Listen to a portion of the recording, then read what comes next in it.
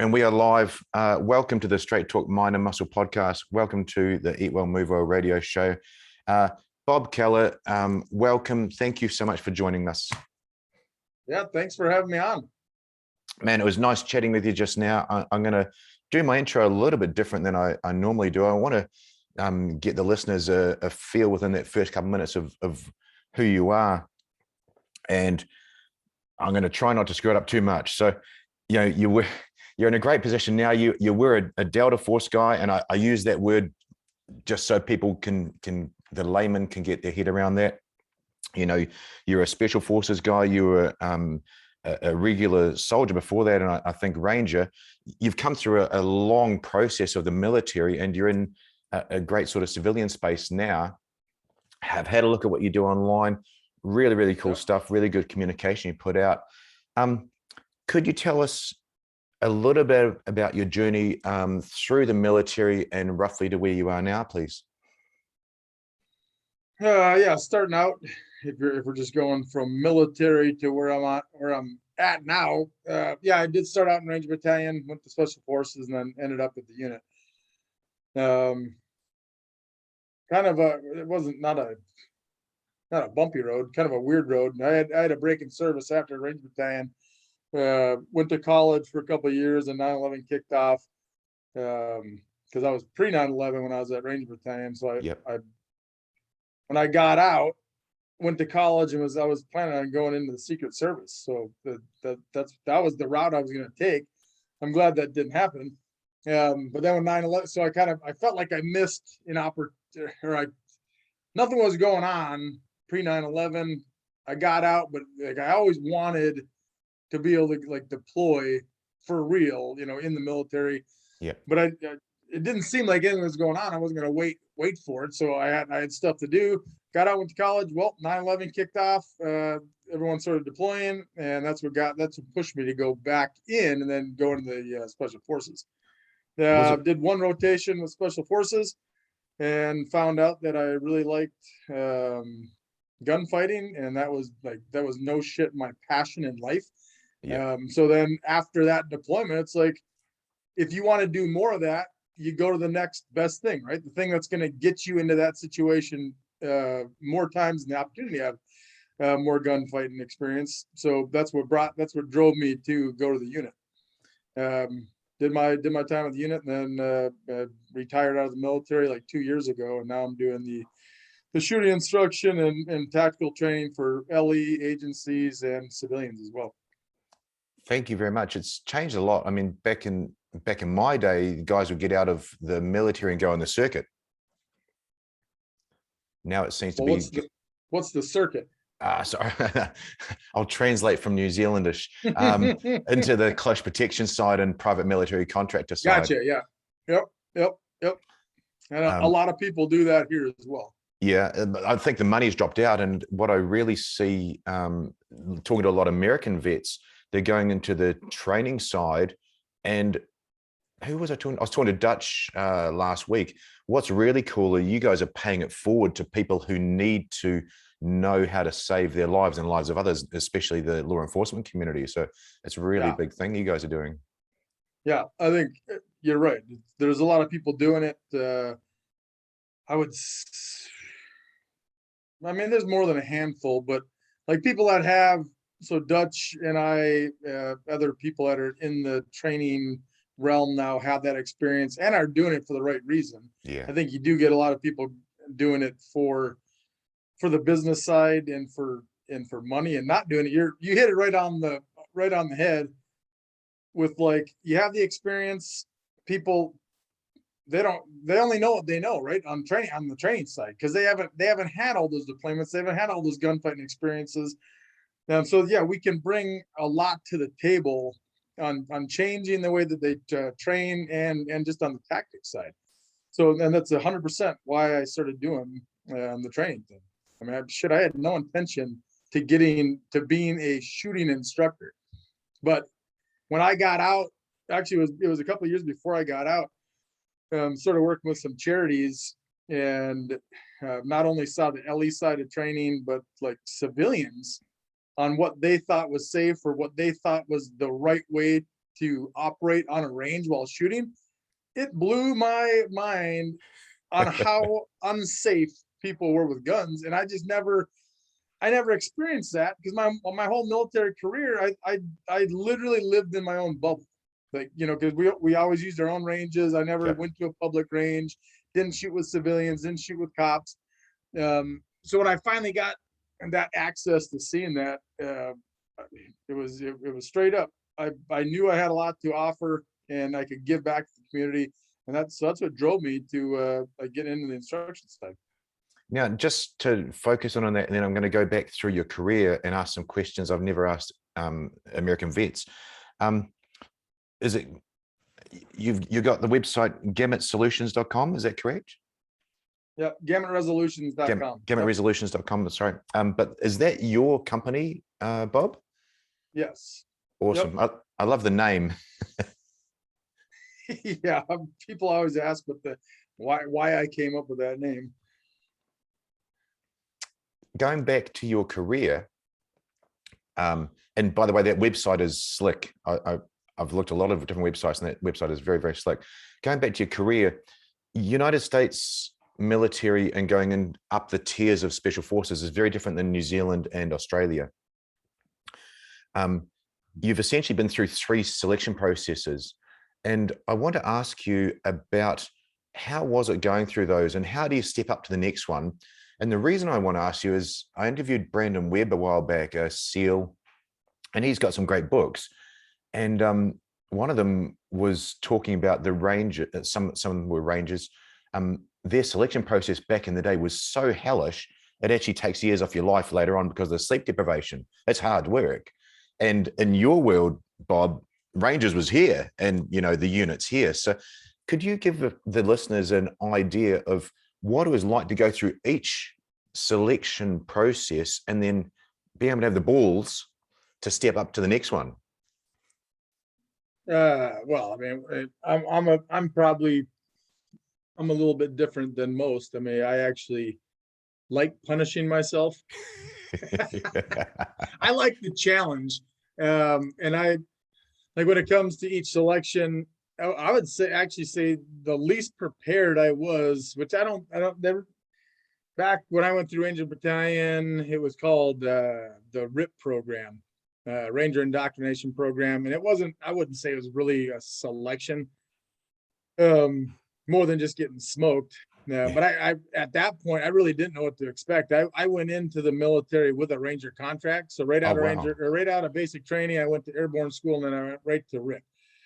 So I didn't know how to train. I didn't know what to expect. I would say if any of them, I was the least prepared for that.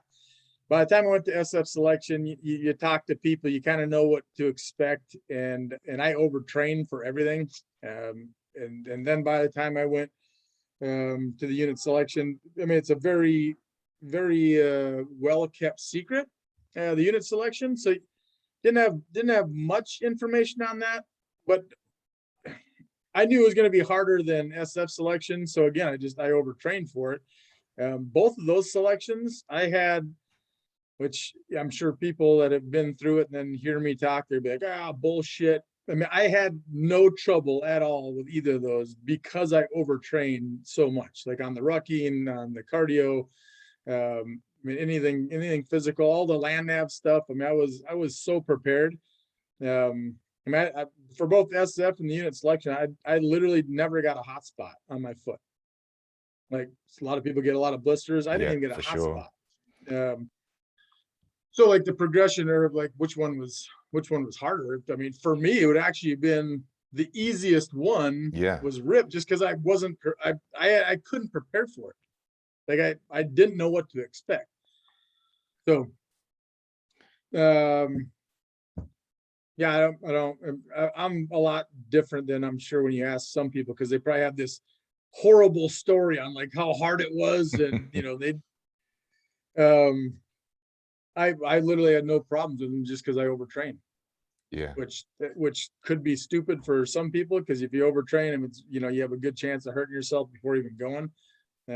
I was lucky to have the body that I never really had any injuries, and my recovery time was really good when I was younger. So I was able to do that and go into it fully prepared. So I think that when you say fully prepared, rather than the word overtraining, which you used, um, from a physiological standpoint, that's probably why you did so well. I know that when I trained for mine, my weight that I carried was higher than what was required. Not by much, by maybe, let me do some basic maths really quickly, by 10, 15%. And I always made sure I came in under the required time, and then you do a bit more. And I guess it goes back to one of our, well, what's on our plinth, always a little further. I think you've got to go into that. So I'm with you, Bob. The physical side of it was hard, but for me, the physical side was a big tick. I knew I could keep going, and I was, barring injury, I didn't break, but it was the mental side for me in that to get through and really push through and find out about yourself. Yeah. No, that's it. And it's exactly, people ask me all the time about training up for it and stuff. Like if you want to use the term overtrain or just be smarter on it. I did the same thing. If I knew I had to carry 35 pounds, I would make sure I could do it with 65 pounds. Yeah. If I knew I had to walk 20 miles, I would do 40 miles. It was just one of those things. I made sure I could actually do double. So when it came time to do it, if something did happen and I screwed up, or if I got hurt, I knew I could push through, just because if you only have to do 20 miles and you can do 40, you can push through when you're hurt. Yeah. I think actually, like when he talks about like sleep deprivation or like eating stuff, to me, Ranger School kind of sucked the most.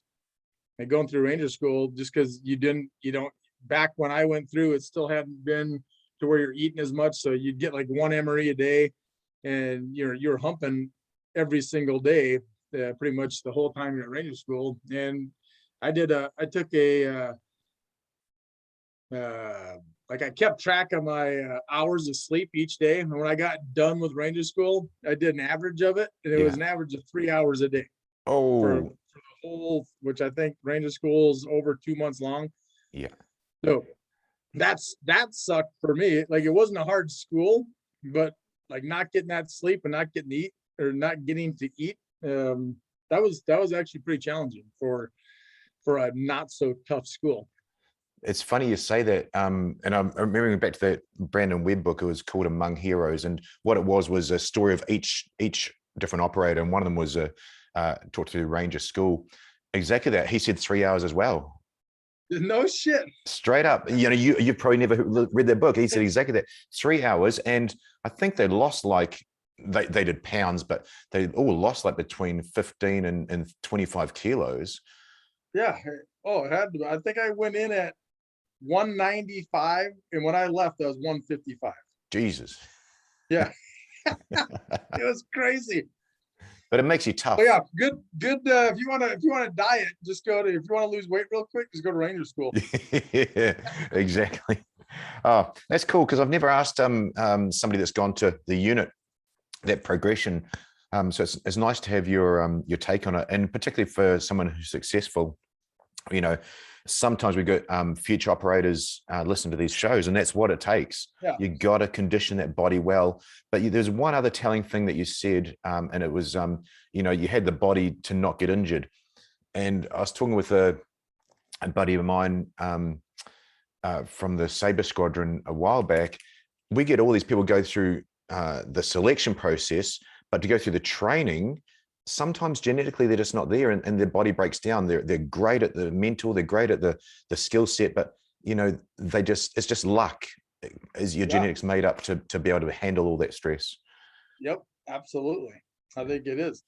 I mean, I think that's where, like, for me, like I give more people props for making it, over me, because I was lucky. I had the body that could withstand that, and my recovery was so quick. So I didn't really have to suck it up. Those guys that were that had a tough time physically, that made it, I give way more freaking props to those guys because they had to really suck it up to make, to keep going day after day. Yeah. That's where I think it's hard. And then that's where the mental toughness comes in. When your body's hurting, your feet are hurting every single day and you do it for another 10 days straight. Yeah. That's pretty impressive. Yeah. So I give it to those guys. I feel like I got lucky and it was a little bit easier for me compared to most because I didn't have to kind of dig down mentally to make it because my body was never really hurting. Yeah, I know exactly what you mean. We've always got stories about selection processes, and those guys that had horrible injuries. It's so Yeah. What was disheartening as a directing staff was to see somebody the guy you wanted to get through, and then he got injured, like Right. badly injured, and he's gone. Yeah, he's gone. Right. Yeah. Sucks. Yeah.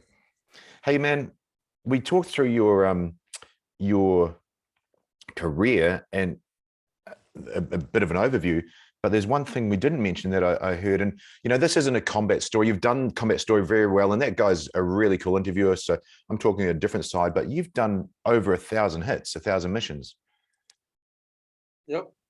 That's some real world experience there, man. Well, and that just comes down to luck too. It depends on what team you're on, what troop you're on, what squadron you're on, how many times you're getting deployed, where you're getting deployed, because that totally goes into it too. You go to a spot that's not hot, and you might be over there for, which I'm sure you're well aware of. If you go to a spot that's not hot, and you're there. When I say hot, like as in like mission wise, you can be there for 4 to 6 months and only do 15, 20 hits, or like those almost every single, well, actually I wouldn't say almost every deployment I went on, we were in a place that we were just getting after it. So Wow. so that's why I was able to rack up so many hits on target, because sometimes we were going out on target 3 times a day. You do a hit in the morning or in the middle of the night, come back, and 3 hours later be getting the page to go to another one. And then you're rolling in the next day, and 3 or 4 hours after that, you're going on another one. That was more the Iraq days. Yeah, but yeah, it was crazy, which was awesome. And that's what, to me, that's why I went in. So like I couldn't have asked for anything better. Yeah, you're a really positive guy. I mean, I interview a lot of people from all walks of life, not just vets, interviewing scientists and all nerds and things. But yeah, you're clearly a positive guy. It's great to see you in person here, rather than just looking at the videos. But that brings me to exactly what I want to ask you is, you love gunfighting, over 1,000 hits. That's literally your wheelhouse.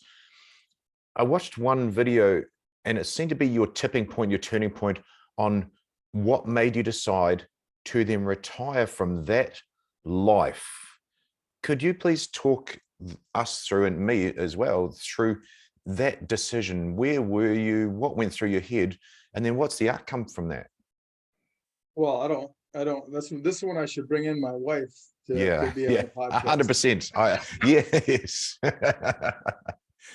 Because there was, I mean, I think there was I would never say it was a turning point at all. I think you're talking about the interview I did where like I was on the wall, shooting. I was by myself. I mean, that was still, to me, that's like the pinnacle of what you wait for. You like it's only you're the only one, because usually when you go on target, you got 15 other guys or 10 other guys getting it on with you. So it's still cool, but you very seldom have a chance to do it by yourself. So like that was a great opportunity.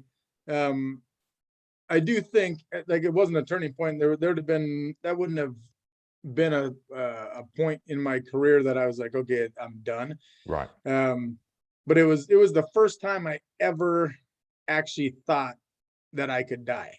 Like that, right. Like literally my whole career up until then, that never came into my head once in all the gunfights that I've been in. So it's kind of weird. It's just like to actually have that creep into your head. You're like, holy shit! Like if I get shot, like because the only thing you're exposed is really my head. So it's like if I get shot, I'm dead. And that's kind of, it wasn't a tipping point, but it did it did stay in my head, like, all right, do I really want to do this forever? But what 100% what made me stop, and because I finished my career down at SOCOM in Tampa. That's what brought me back to Florida. And it was the best thing that happened in my life was my wife basically, she said, "You're done or we're done." Wow. You know?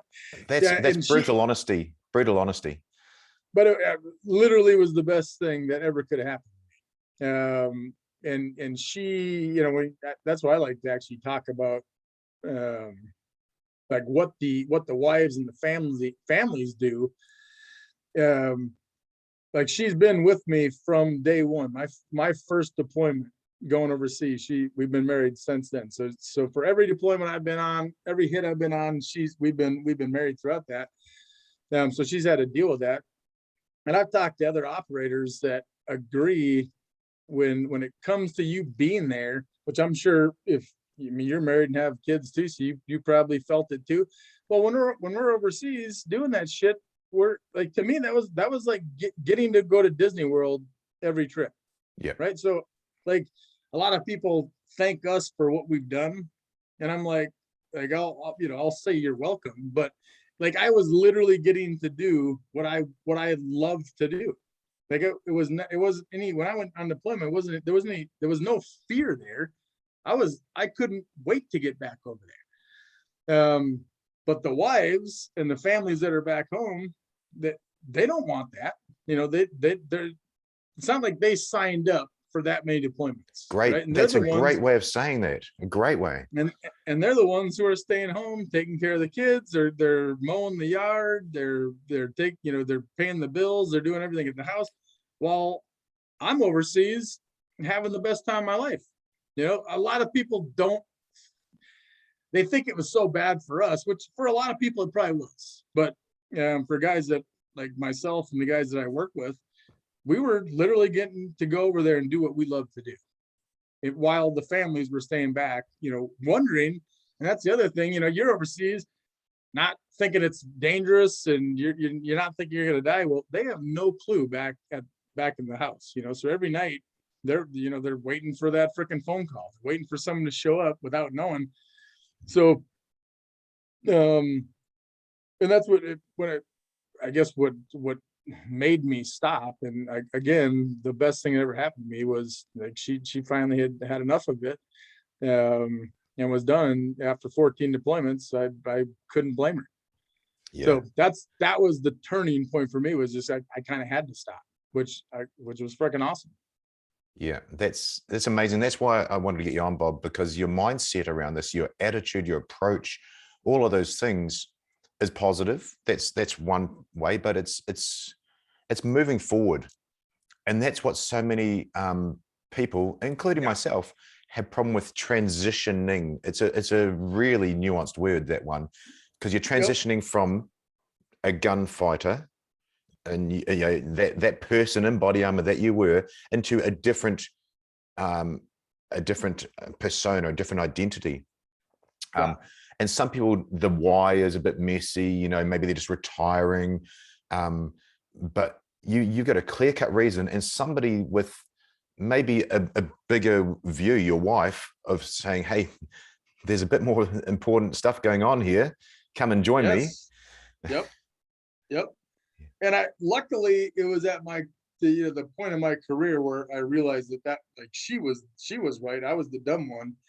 There is a time where you have to freaking stop, and it should be more towards your family instead of yourself.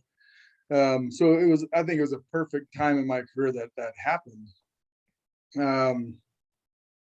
Yeah, and what was I was gonna say?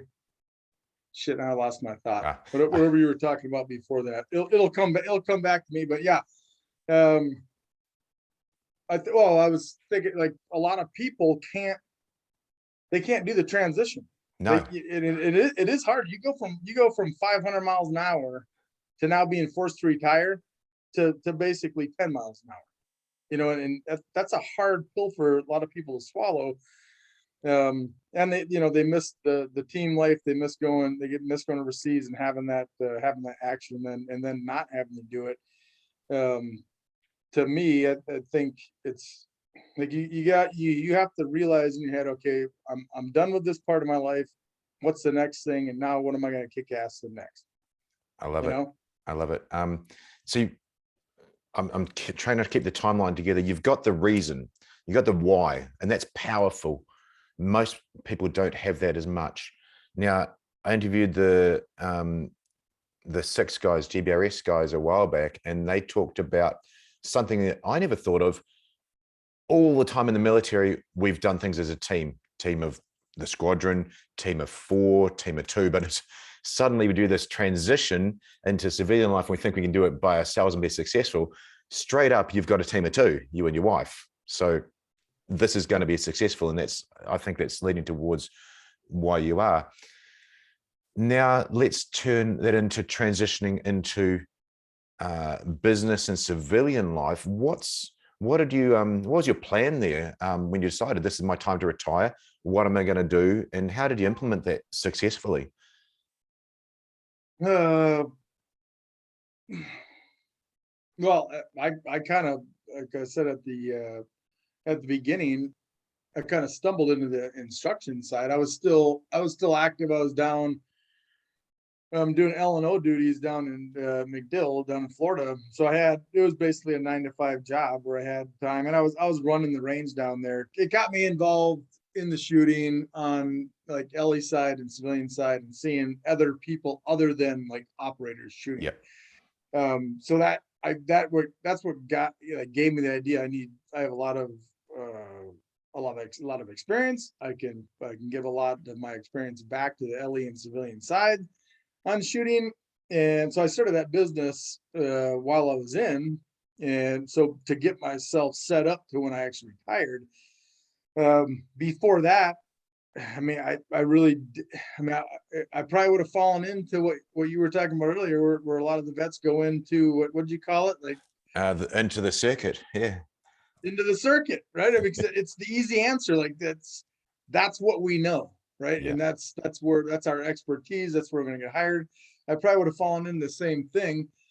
I saw an opportunity to be able to do that. It worked, and then I started building the business before I actually got out. So I wouldn't say that was my plan 5 years out, but probably 2 to 3 years. I knew that it could work, and that's what I went into. Um, and I think I was starting to think, okay, what businesses could I start myself, like before, instead of going into the circuit, because I didn't want I didn't want to, not that I didn't really want to do it, but I'm not going to put my family through that again, because now you're going from one thing into another thing doing the exact same thing. And probably So worse, probably way worse. I knew, right. Yeah, because you really don't have the backing that you had. You don't have that support that you had, at the unit or SF. So a lot of people do ask about transitioning. I would say, like, once I realized that's the business, I thought I could make work. That's what I went with. But I think the big thing is you can't wait until 1 year out or 6 months out, which a lot of people do. And then they get out and they're like, oh, they have nothing, right? I mean, they're retired, which retirement pay sucks. So then they're like, well, I got to pay bills. Where do you go? You go right to freaking contract. So I think no matter what you're doing, I would even say, instead of like 3 years out, 5 years out before retirement is when you really need to start thinking, all right, what is gonna set me up for success when I retire? And stop worrying about, because I was one of those guys, the loyalty to your unit and the loyalty to your teammates and loyalty to the military, that's freaking great. But when you retire, that's all gone. Yeah. I mean, besides your retirement pay, they're not coming to help you, right? So I mean, at that point, you really start to have to think about what's going to freaking benefit you when you get out, which I think just a lot of people don't do that until it's too late, and then they get into the whole going to the contract stuff because they have nothing else. And it does kind of suck. I mean, it's long days, long hours when you're doing that stuff, at 5, 6 o'clock at night. Now you're up until midnight, 1 o'clock, because you're doing all the business side and the business stuff inside. But it definitely pays off when you're done and you have something established, and you have your own business to when you're retired. It's freaking badass. And I think so many people could make it.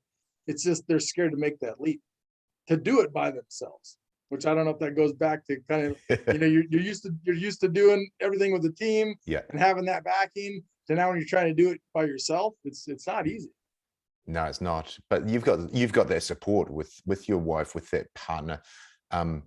But yeah, I think you really nailed it. And again, this is an interesting show because it's questions I haven't delved into as well with others. Those people that are listening that are serving, and a lot of them do. Been hearing from a lot of the squadron guys listening to the show, setting it up 5-3. What you hear is the guy 6 months, I'm thinking about getting out. What am I going to do? That's the one you hear all the time, isn't it? I hear it all the time. Yeah. Yeah. It's really wise, man. Well, but I think it goes back to what I was saying. It's the loyalty to that unit, or the loyalty to your guys, that you don't want to do that. You're full steam ahead until you actually retire. But by that time, it's too late. I probably would have been that guy. That's why I said it was the best thing that ever happened to me, is my wife basically making me quit, because I wouldn't have done it either. I wouldn't have been forced to do that. And then think of like what my future was.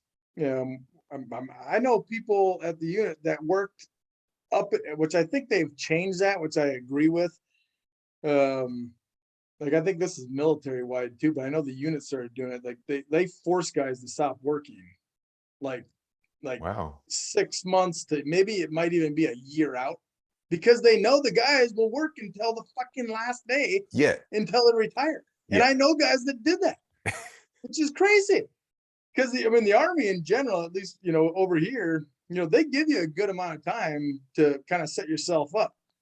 But guys at the unit, they would go through that process of all the stuff that they needed to do, and all the meetings and like the prep work to getting out. They'd go through that process, but in the same time, they'd still be on a team crushing it until the fucking last day, which is and it goes down to the loyalty to your unit, which that's awesome when you're doing it. I agree with that. But when it comes time to you getting out, you got to start thinking about yourself. You do.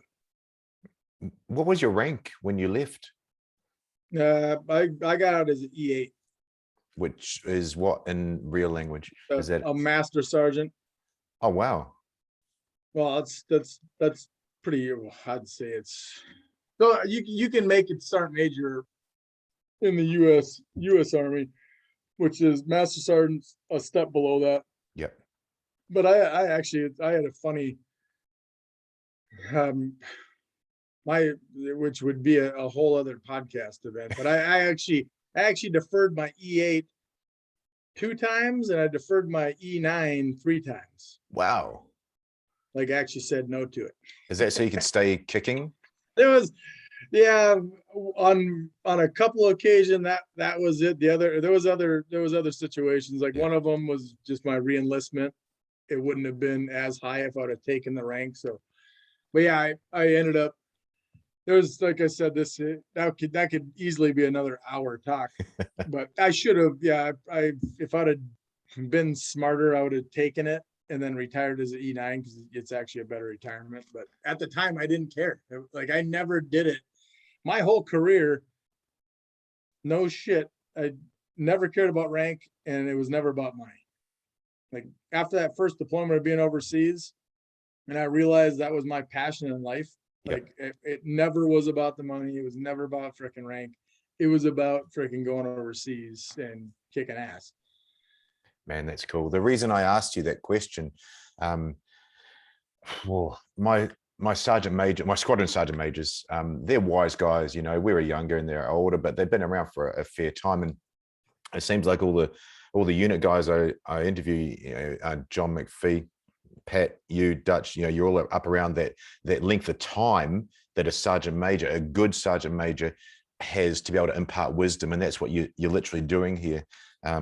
to those guys that are listening that are coming up, imparting wisdom on, just the fact of we will kick that door until the last minute and then literally leave work, and then we're done with the military the next day. Yeah, I guess I'd have been the same guy. Yeah. It's like we're all loyal dogs doing what we love to do, and no one's ever gonna say I'm done, which that's a whole other conversation too. Like, I mean, some people go into combat, they might get burned out, they might not like it. There is a time, depending on where you're at, where you have to be man enough to be able to quit, which a lot of people, they have the fear of quitting, and then people like looking down on them, or that they did something wrong. Well, if that's not your thing and you don't truly love it, that's when you should be like, hey, this isn't for me, I'm done. But not many people do that. I have way more respect for someone that realizes he doesn't want to die, he doesn't want to do the job, and then quits. I have way more respect for that guy than someone that stays in and now is going to have doubt on target, but he has the fear of saying I quit, because most of us aren't quitters, right? Yeah. So yeah, I'd rather have a guy say, hey, I'm done, I can't do this anymore, than a guy that just stays in and now is hesitant on target. And that's, probably gonna freaking, it might not get anyone killed, but you're bringing the team down. You're kind of a liability. Yeah. Which I know that's a case for some people that are still out there. It's hard, and I'm thinking back to the training program. There are all different names for the different countries' training programs, but I remember guys that weren't making it through that because of that, which is great. They're supposed to weed them out, but it's hard to hear that an operator, an operational guy, gets to that stage as well. So I hear exactly what you're saying about having that respect for them, because why not? You're looking after each other and looking after themselves, and they probably need a different kind of support, Yeah, well, and the funny thing is, a lot of those guys, that even if they get pushed out or they actually do quit, like we were saying before, they end up going back to the contract stuff, because that's really all they know. I think that would be a good, which I think there's some good programs over here. I don't know how you guys are doing it over there for guys that are getting out, but like programs on educating guys to do, either business stuff or work for another business that doesn't involve contracting, or like, fucking living by the gun. I think, and that's what some of the charities that I'm involved with kind of push people towards that, to keep them away from going back to contract stuff, which I think is, and the contract stuff isn't that bad as long as guys are staying like CONUS, like in the States, and they're not actually going overseas and doing any of the nasty stuff. Because I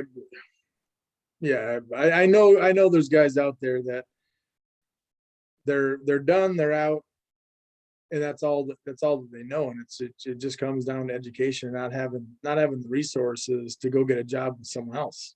Well, that brings me to my I got 2 more questions left. Exactly that. What's it like being? No, that's the wrong way to start. What did you learn, and what are you applying from the Special Forces world to the civilian world? How's that helping you? And then I've got a follow-up question to that as well. Well,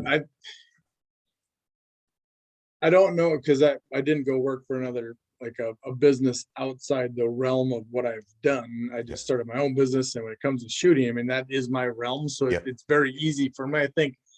I think, which I wouldn't say my business is totally successful. I do very well. I fill up classes. I think guys like me, and that's just a personality thing, which that was not taught from the military. That I had that going in. But I think just business wise, having your own business, you go work for someone else. It's the work ethic. It's the you went through all those selections in the military. You never said I quit, right? Like, I mean, that's the point. not many. So, and I have been with business owners that are, like future 50 companies, like not future 500, future 50 companies that have sat and talked with us, kind of shadowed us for months, or at least have dealt with guys in the unit for months, and have said it's incredible to see the difference of work ethic and the no quit attitude on how we are compared to the business side, right? Yeah. Like and I'm sure there are guys out there on the civilian side that, that'll work 24 hours a day and not stop until things are right, but that's not the majority. But when you're talking about guys like us that have been to units at that level, well, you don't get there by not wanting to win, right? Yeah. And not doing whatever it takes to win. Well, it's the same thing when it comes to business. Like, if something's not working, I'm not just going to say, all right, well, it didn't work. Like, I'm gonna keep going at it until I figure out what does work. And if that takes me staying up for 48 hours a day, I'll fucking do it. Where a lot of civilians, that wouldn't be an option for them, right? No. And plus, they're just working for the man anyhow, so they're getting a paycheck. It's not a big deal for them. Well, it doesn't, like guys like you and I, and guys like at the unit that I know, that you put them in a business job, they could know nothing about that, and they might still be getting a paycheck. But even though they're just getting a paycheck, they're going to make sure they do that job 150%. Even if that's not going to benefit them or get them higher in the rank, it's just how we are, right? We're not going to fucking quit, and we're going to be the best no matter what. Yeah. You put a guy, I would say, this was an example from that guy that worked with future 50 companies. He's like, I guarantee if you took like 5 or 10 operators and gave them a dog grooming business, like so, something that nothing about, and it's not that cool, but within 5 years, it would probably be a multi-million-dollar freaking company. Yeah. Because even though you might not know anything about it, you don't like dog grooming. Well, guess what? We're gonna do it. We're gonna do it fucking best. So I think there are some businesses that are realizing that, and that are trying to get, guys that were operators at that level, bringing them on because of that. And I think guys have a lot to offer on that, which I would think you would attest to that as well. Yeah, totally. It's just how we are. That's the reason why we got to that level. Look, Bob, I know it's a tough question. I know I threw it at you, and that's a question I ask near the end of the show with all the guys. It's a really interesting answer you gave, and it made me think just towards the end there. The dog grooming was awesome. I was thinking of the Black Rifle Coffee guys. Yeah. I'm sure that even a Matt sure as hell didn't think they'd be doing what they're doing now when they just started roasting coffee. And that mindset, and then bringing other people with that same mindset, and then we've got the team that's always bigger than the sum of all the parts, and what their output is, they just take off. So I think it does come down to that mindset. Just they want to be the best at themselves, and yeah, we'll just keep going until we win, because we have to win, right? Right. Exactly. That's, yeah. If more of us could be like that, or more of the human race could be like that, we'd be a way better place. Oh man, it's just 100%. There's a lot of people have a lot of quitting them. I guess that. So I've got one more question, and I'm just going to change the format of it around. What advice would you then give to a military guy to watch out for in the civilian world? And I know you're working for yourself, but you've still got to deal with civilians.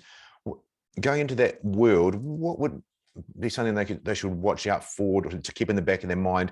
Because it's not a whole bunch of people that are thinking just like you. and they're not going to tell you the straight answer sometimes. So that civilian world, be it business, be it just in general, people that are thinking about transitioning out, what should they look out for? What's some wisdom there, man? What to look out for? Well, I mean, that's I guess a tough one for me, because I've never really been burned, which I think for guys like us and doing like at the level we're at, hopefully you'd be smart enough to know, if you're ever approached by anyone, or you're ever, if depending on what business you get hired from or who you're working with, do your research. Yeah. I mean, do your research, know who you're going to work for and what the business is about, and then lawyer up. I mean, like a lot of people, like I would say even me early on, you almost take it as they know, like you don't know what you're talking about because you're not a business owner, right? You never did the business thing, and they do, so you kind of take for granted, okay, they know what they're doing. They're gonna treat me right. They're gonna tell me the right things, or do the right things. Well, that's not the case, and it kind of, I think you hit on it earlier. Like when you're out, you're done. You don't have that team behind you, right? I mean, it's on your own. Well, the business side, they might know where you come from, but you're in their realm now, right? So Yeah. I mean, I think most operators coming out, or SF guys or Rangers, or hopefully even just the regular military guys, are have the smarts to know, hey, what am I getting into, and to no shit, lawyer up, spend the money to get your own lawyer before going into anything, and have them read the contract. Don't think that what you're reading is correct. Yeah. Yeah, I don't know if on the getting burned side, I mean, that didn't really answer the question. I would say though, if you are starting your own business, you're getting involved with someone else, take the time. Don't get pressured into something because you think they know what they're talking about. You don't. Yeah. Fuck that shit. I mean, you make sure that everything is fair to you first, and then you make the plunge. And that, even if it costs money, it's worth it, because it is. It's a different freaking world, and most big businesses, even though they might know where you come from, they don't care who you are. Yeah. I mean, and they're going to use the hell out of you. Yep. That's a great answer. So, that's I wasn't trying to cherry pick it, but that's pretty much what I think people should do. We're used to pulling that trigger so quick and trusting that person in authority because we're trained that way, that you got to look after yourself there. That's a great answer. And I think that will stand anybody in good stead, just having that in the back of their mind when people are telling them things they want to hear. Yeah, because that's exactly what they're going to do. And instead of saying, yeah, that sounds freaking awesome, nope, say, hey, I'll get back with you. Yeah. I think that is what happens a lot. And some of these guys either sign contracts that don't get what they're worth or what they deserve, because they're taking for granted that these business owners know what they're talking about, and they don't. Well, for one, do your research. You find out how to be a businessman, or have a lawyer, read this stuff before getting into something like that. It'll go a long way. Yeah, for sure. Because they want your expertise, and they want your work ethic, right? So they want to get you on board, and you should get what you deserve. Yeah, that's cool. I love that. Bob, it's been great chatting to you. I've gone through my my basic plan of getting your story out there, and you far surpassed that. Thank you so much for being so honest, not only in this interview, but in your other ones, so open. Not honest is a better word, because it takes balls to share that story, man. And I guess that's the other thing people don't get about SF guys. Yeah, we're big personalities, but I think obviously one of the tenets of ours was humility. We're humble enough to reflect on ourselves and pass that information on to others. And I got to say, man, without blowing smoke, you're doing that in a great way. So thank you very much for what you do. Well, I appreciate it. I'm trying. Hey, man, it And works. you're right. Just everyone stay humble. Yeah. You know, I mean, I think you're absolutely right. And I think most people are, but especially on the civilian world, you got to stay humble and even though you know what you did, other people don't. So you can't go into it like, hey, I'm the man, and who the hell are you? You got to be humble about it. Yeah, for sure. Look, just to finish off, for those that are listening, I'm just going to get your Insta here so people know where to find you. And thank you so much for replying to me there. So Yeah. Keller Gamut Resolutions. I'll put all the correct things in the show notes. GamutResolutions.com. You said you're teaching civilians as well as law enforcement. Yep. Awesome. Yep. Yeah, man. I think that's a big one. If people that do research me before taking a class, I think it might screw me a little bit, but I think that they're not good enough to take one of my classes, like on the civilian side, which is not the case at all. I mean, I do day one beginner, never held a weapon in their life, all the way up to the most advanced, agency LE SWAT teams. So yes, I do civilians, absolutely. But I think a lot of people don't end up coming to classes because like, oh man, he's coming from there. I don't think I'm not good enough to take his class. Dude, everything I teach is basic shit. Yeah. Your videos are awesome, man. I did my research, and it was great to see the things you do there. And I guess that comes back to, I used to love teaching civilians. We used to get civilians along to the squadron sometimes, the air hostesses and captains and people that you needed to be on side with. And it was so, I love teaching those people. It was simple. You didn't come in with the big beating on the chest attitude, Yeah, they usually come further along than the person that thinks he knows everything. Yeah. Because they're like sponges. So hey, and just I 100% do civilians, and I enjoy watching the progression, throughout. Like, even though it's usually my classes are 2-day classes, it's fun for me to watch someone that doesn't know what the hell they're doing to, after 2 days, like actually, controlling the gun and having the confidence that they can actually use it. Yeah. And that's my whole goal. There was one last thing that you touched on that I wanted to go over, and you talked about personality. The personality you already had when you went into the military.